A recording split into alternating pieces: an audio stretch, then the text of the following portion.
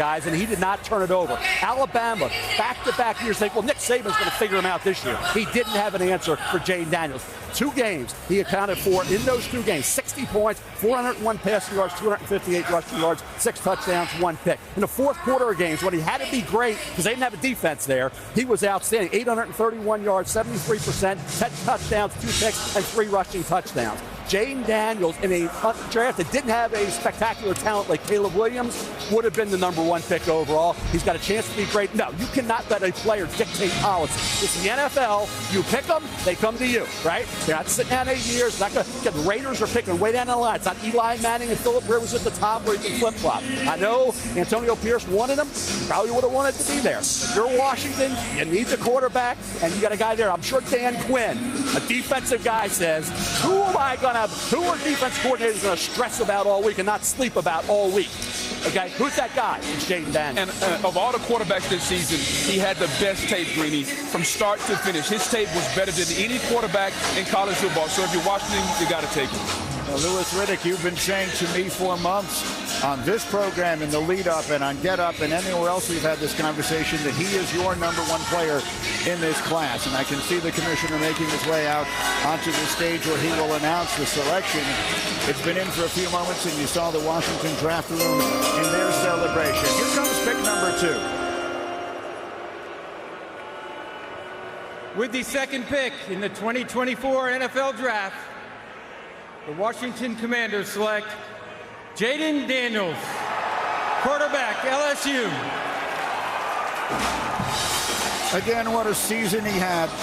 Combined rushing and passing over 5,000 yards and 50 touchdowns. He won the Heisman, the Walter Camp, the Unitas, the O'Brien, and Manning Awards, and was the AP College Football Player of the Year. You mentioned that he started at Arizona State, started 3 seasons there, 2 in Baton Rouge. So he's 23 years old with lots of experience.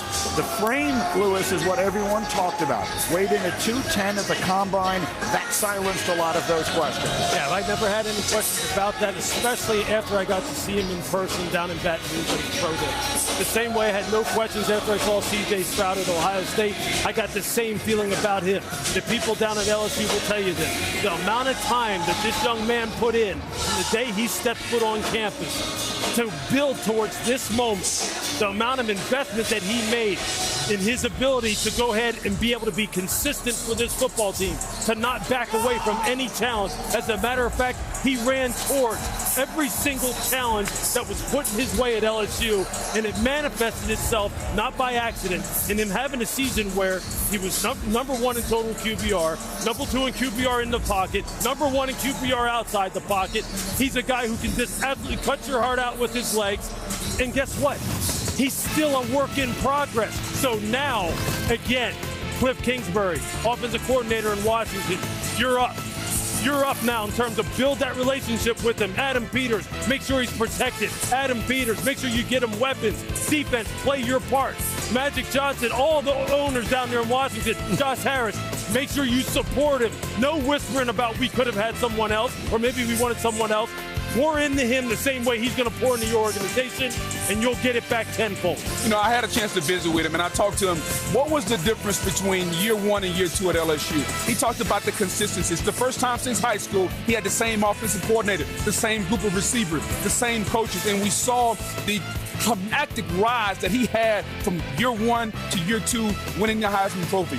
LSU used artificial intelligence to help him. The processing, he's an elite processor along the lines of C.J. Stroud, to process information, to deliver the football. We hadn't even got to the athleticism. We're not talking about how fast he can run, but his ability to play the quarterback position.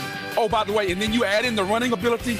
That's why this young man is going to be special. He was special in Baton Rouge from the moment he got there. He'll be special in the National Football League. Really similar to Joe Burrow's ascension to be the #1 pick overall. He went from Ohio State to LSU. In year 1 at LSU, he was good. He wasn't special. In year 2, with Jefferson and Chase, 2 great receivers, he was spectacular, won a national title.